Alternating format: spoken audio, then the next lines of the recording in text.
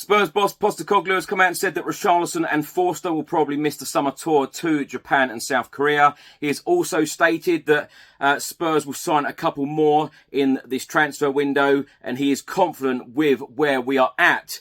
Bloomberg has come out and said that Amanda Stafyl is looking to invest in Tottenham. Reports are stating that Spurs are keeping in daily contact with Lille about signing £25 million forward Jonathan David. The Sun have stated that Spurs are interested in Scott McTominay. Manchester United want £40 million. The Sun have also stated that Spurs are interested in Ivan Toney, and Brentford will let him go now for only £50 million. And the Daily Telegraph have just reported that Spurs are confident that Ange Postecoglou will stay at the club despite being tracked by England. Chris Cowlin. Fan cams. Club news. Transfer news. Match previews. Legend interviews. Spurs winning. Press conferences. Covering everything Tottenham and England. Welcome back to the channel. I hope you're all keeping well. This is another edition of Tottenham News, where I'll be going through all of the latest Spurs news, rumours and reports. If you're watching this on YouTube, please do hit that subscribe button, like, share and comment below. And if you're listening to this on an audio platform, please do hit that follow button and leave a review if you can. So let's start with some comments from Ange Postecoglou after Tottenham beat Hearts 5-1 on Wednesday evening in a pre-season friendly. Postecoglou and Manor Solomon said Manor has missed a whole lot of football, that's for sure. I think he's happy to be out there again and again. A good pre-season for him, and hopefully we will get him back up to speed. Now, given the team news ahead of our other pre-season friendlies, Ange Postecoglou said Pape Matar and Ben Davies should be okay for the tour in terms of participating. Richarlison's probably a little bit behind them, and Fraser Forster is probably a little bit behind them as well. Ange Postecoglou on the transfer window, he said nothing has really changed. I'm comfortable. We've got a strategy in place about what we want to do. I'm really happy with the two lads that we have brought in, but obviously very talented, but more importantly, very ambitious. They're not here to ease their way in. They want to play, and I think that that is great. They've brought a good energy to the group, and no doubt there will be a couple more additions, but I'm comfortable with where we are at.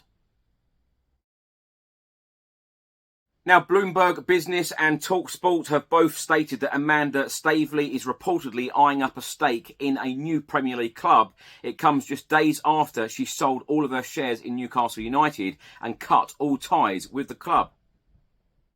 It now looks like the British businessman is on the hunt for her next investment, and it looks like Stafyl has got her eyes set on Tottenham Hotspur. She has reportedly raised about £500 million through her investment fund, PCP Capital Partners, and is now assessing her options when it comes to her next football club investment.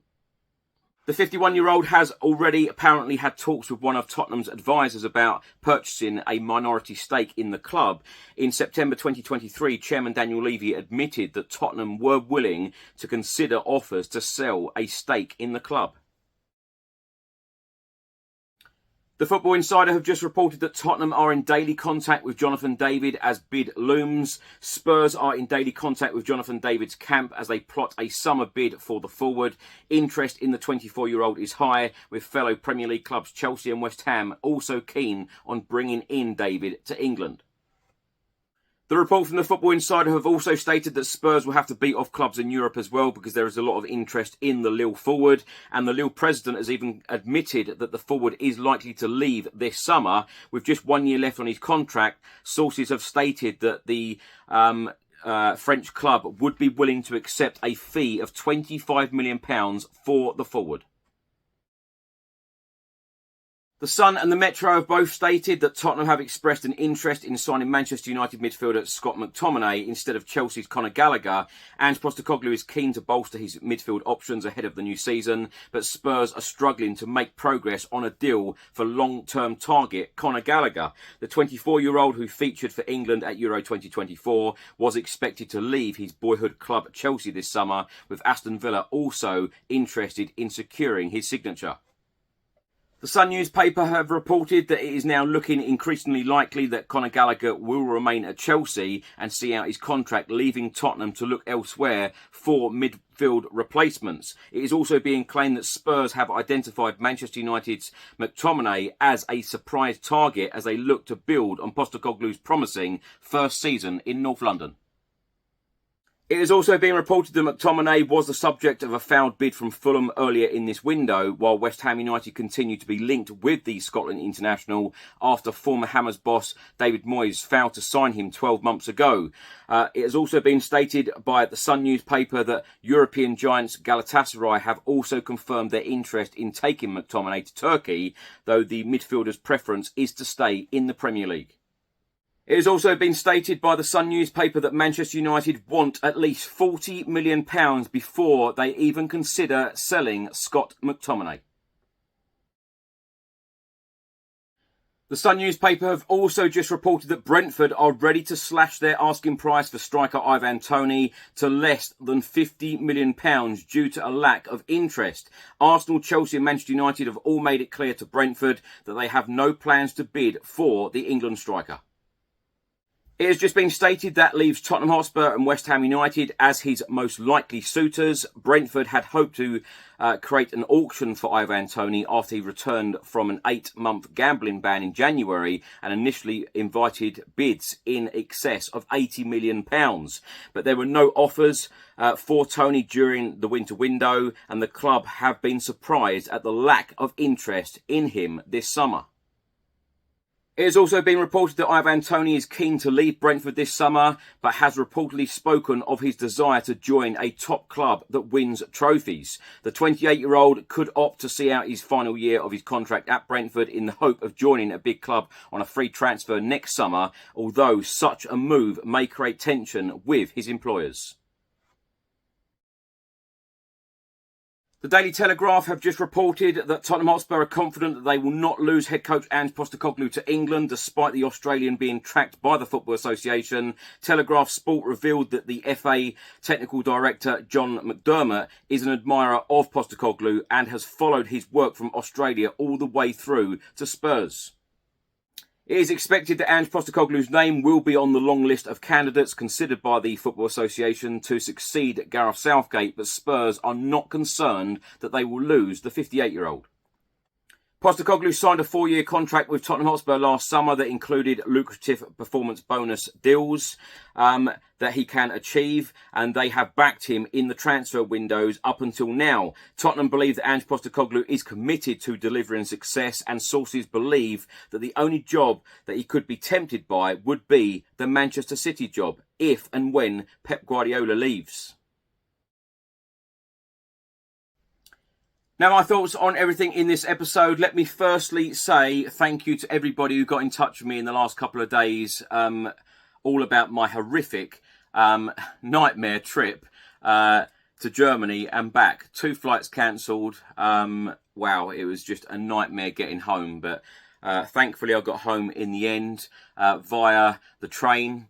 Going from Germany, going through to Belgium, then France, then the UK, literally getting home for a couple of hours and then going up to go and see the Hearts v Spurs game, the friendly, where of course we won 5-1. It has been a tiring couple of days, but you know, back to work, back to the day job on Friday. Cannot wait to have a break. And then we go again, QPR away, Loftus Road in the friendly Saturday afternoon. But yeah, I thought I'd just say thank you so much to everybody for all of your concern and all of your messages. I know that I kept a lot of people very entertained about where I was and what was happening, but I'll tell you what, it wasn't entertaining or funny at the time. Anyway, just arrived back from Edinburgh, of course. Hearts 1, Spurs 5. So many positives to take from Wednesday evening. Of course, the second half was excellent. A lot of the younger players, of course, Ange changed it all up completely at half-time. It was great to see Archie Gray in the first half. It was great to see the likes of Lucas Bergvall in the second half. I'm used to seeing a lot of Will Lancashire and Mikey Moore, etc., you know, in the development side. You know, they've been on fire. Of course, Jamie Donnelly has been a big part of the under-21 success last season. Of course, we won Premier League 2. It was really, really good to see so many players taking their chances, and of course Jed Spence as well. Didn't ever think that I'd see him in a Spurs shirt again, and fair play to Ange Postecoglou. We're probably putting him in the shop window. That's my guess. But, what a fantastic opportunity for him, and he grabbed it. And it's so nice to see when certain players get opportunities again under a manager and they go and grab that opportunity. Fantastic to see. So many positives from that. I'm not going to get carried away because, of course, we are going to talk about the transfer window now. I believe, and I say this on every podcast, on every edition of Tottenham News that I put out, that I think there is an awful lot to do still in this transfer window, an awful lot to do if we want to progress in terms of league position and put in trophies in the cabinet. So I'm really hoping that Ange Postecoglou gets backed heavily in this window like he was last summer, because I believe that we do need a couple at least statement signings to come in. It's all well and good having these rising stars for the future. Some would argue, well, some of them are going to be for now. Of course they will be. And we hope that that is the case as well. But some of them won't be. Some of them won't, get the minutes that we probably feel that they should and hope that we would, hope they would.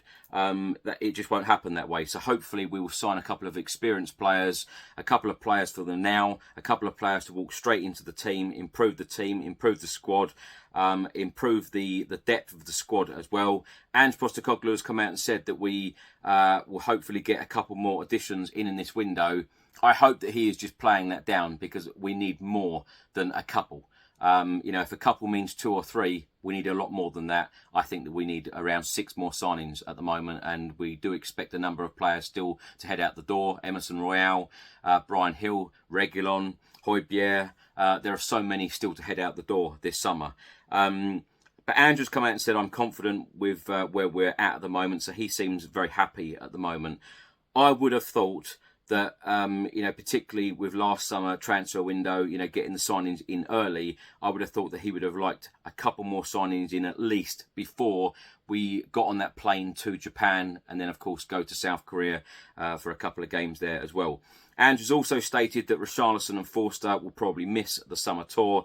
Very, very disappointing. Of course, I've spoken out so many times about Richarlison, his fitness, the issues that he has had at the football club. Of course, I want it to work out for these players, but it seems that certain players, they're not available at certain times. It is frustrating. We desperately need a striker, in my opinion, definitely in this window. We need to sign a forward. If Ange Postecoglou wants a forward, and perhaps he wants a more versatile player, a player that can perhaps play through the centre as a number 9 and in other positions, perhaps attacking midfield or even on the wing, then go out and get it done.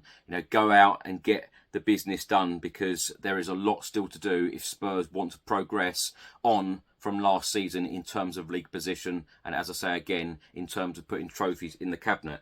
Ange Postecoglou has come out so often and said, he's not focusing on 5th or 4th or 3rd or 2nd. He wants to be number 1 all the time. If he wants to be number 1 and win trophies and be successful at our football club, then we need to progress, in every single window. And vast improvements at that, especially as a number of players are looking to head out the door. And of course, we've already lost a couple of players already, which is great. But it is now about progressing. But, as I've just said, Archie Gray, what a performance from him in that first half against Hearts.